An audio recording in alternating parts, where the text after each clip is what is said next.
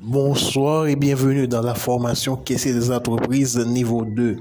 Le Caissier des entreprises possède 3 niveaux. Niveau 1 et qui est déjà passé, le niveau 2 aujourd'hui et après et la semaine prochaine le niveau 3 pour terminer. Dans le niveau 2, nous allons voir la structure financière des entreprises.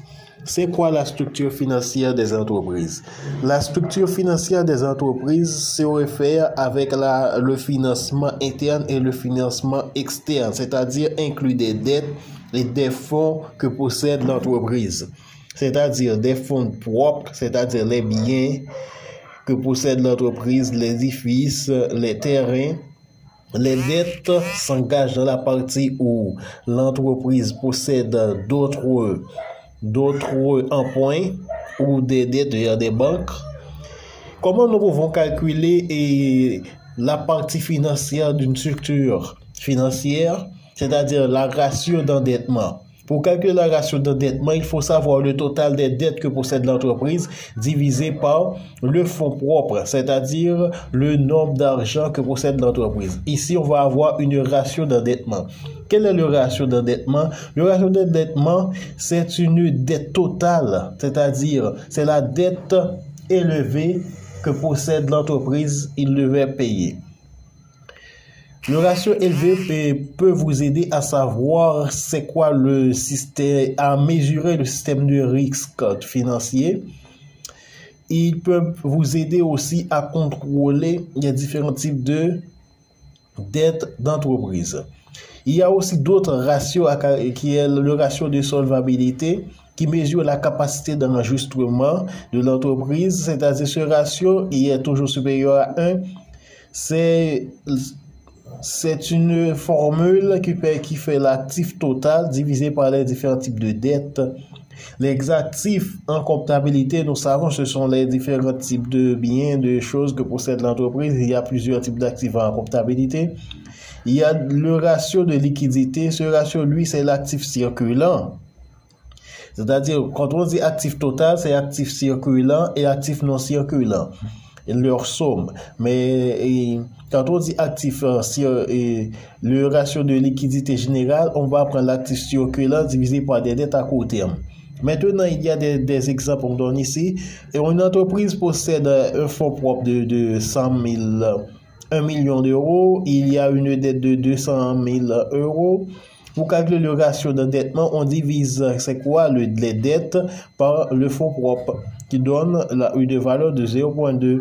De même, ici, on calcule dans l'exercice 2, etc. Ce sont des exemples. Ici, on a un exercice à faire. Une entreprise qui possède un actif de 1 500 000 euros. Il y a un fonds propre de 600 000 euros et des dettes de 900 000. On va calculer le ratio d'endettement, le ratio de solvabilité et le ratio de liquidité. Pour cet exercice, je vais vous envoyer une photo de la correction. Vous pouvez voir comment vous pouvez le calculer après la présentation de l'explication. D'accord, nous allons le calculer ensemble à partir de la photo que je vais vous envoyer. L'exercice 2, vous allez parler de l'analyse structure financière. Pour parler de l'analyse structure financière de l'entreprise, il faut savoir les différents types de risques, un bon équilibre. Et pour établir un système financier d'une entreprise, il faut savoir premièrement avoir un objectif, la mission, déterminer votre mission, vos valeurs, vos objectifs financiers. Deuxièmement, la partie juridique. Troisièmement, la structure organisationnelle. Quatrièmement, il faut savoir les types de modèles financiers. Et en cinquième position, les différents types de systèmes de gestion. Et en sixième position, le risque, les différents types de risques, la sensibilisation, septième, et les suivis évaluation en neuvième, la communication et le marketing, la promotion. Et enfin, il faut savoir évaluer.